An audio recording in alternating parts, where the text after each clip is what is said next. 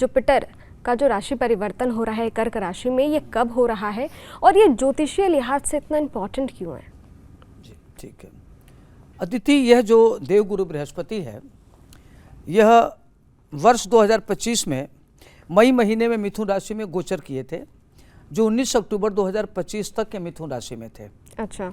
और 19 अक्टूबर को 12:57 पर ये मिथुन राशि से कर्क राशि पर, कर्क राशि इनकी अपनी उच्च की राशि होती है, उस पर रहेंगे और 11 नवंबर तक ये रहेंगे और 11 नवंबर को शाम 6:31 पर ये बकरी हो जाएंगे और फिर उसके बाद से ये 8:39 पर रात्रि में प्रवेश करेंगे, जो 2025 दिसंबर तक रहेंगे।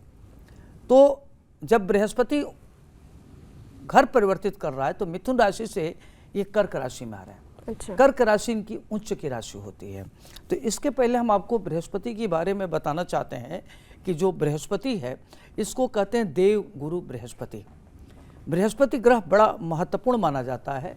यह कैरियर, व्यक्तित्व, शिक्षा, एजुकेशन, विवाह, उत्कृष्ट कोटि का व्यक्ति का परिवर्तन और व्यक्ति का जो जीवन शैली होता है वह बृहस्पति से संबंधित होता है।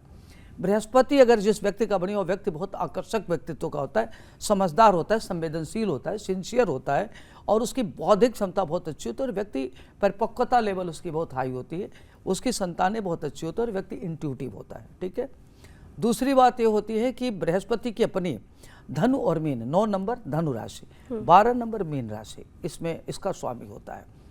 कर्क राशि में उच्च का होता है और मकर राशि में नीच का होता है। तो अलग अलग घरों में इसका प्रभाव होता है। दूसरी बात यह है कि बृहस्पति जहाँ भी घर परिवर्तित करता है वहाँ तो खराब फल देता है, चाहे जहाँ बैठे। कहते हैं कि स्थान करोति जीवा, जीवन होता है बृहस्पति। बृहस्पति जिस स्थान में बैठता है उस स्थान की हानि करता है, चाहे जिस भाव में बैठे। बृहस्पति की दृष्टि अमृत जैसे होती है। तो जब वो घर परिवर्तित करता है तो उच्च का होगा, तो उच्च का होगा तो उसका उच्चाभिलाषित होगा, उच्च का होगा उच्च का फल देगा। कहते हैं कि बृहस्पति उच्च का हो तो व्यक्ति राजा होता है, मंत्री होता है, उच्च पदासीन होता है, कर्म कांड का ज्ञाता होता है, अतीन्द्रिय ज्ञान वाला होता है, अकल्ट साइंस में उसकी बड़ी गहरी रुचि होती है, उसकी संततियाँ बहुत अच्छी होती हैं। तो यह आ रहा है आपका अक्टूबर में, 19 अक्टूबर को आ रहा है। तो इससे पूरे 12 राशियों पर अलग अलग प्रभाव होगा और बृहस्पति की दृष्टि होती है 5, 7, 9। तो तीनों दृष्टि अच्छी होती है। और बृहस्पति जहाँ सबसे खराब होता है, जैसे छठा भाव होता है रोग और शत्रु का भाव, तो रोग शत्रु भाव में बैठेगा तो रोग का नाश करेगा, शत्रु का नाश करेगा, अजात शत्रु हंता योग बनाता है। अष्टम भाव में बैठेगा, अष्टम भाव का मतलब होता है कि मृत्यु की हानि, मतलब वह जीवन देता है।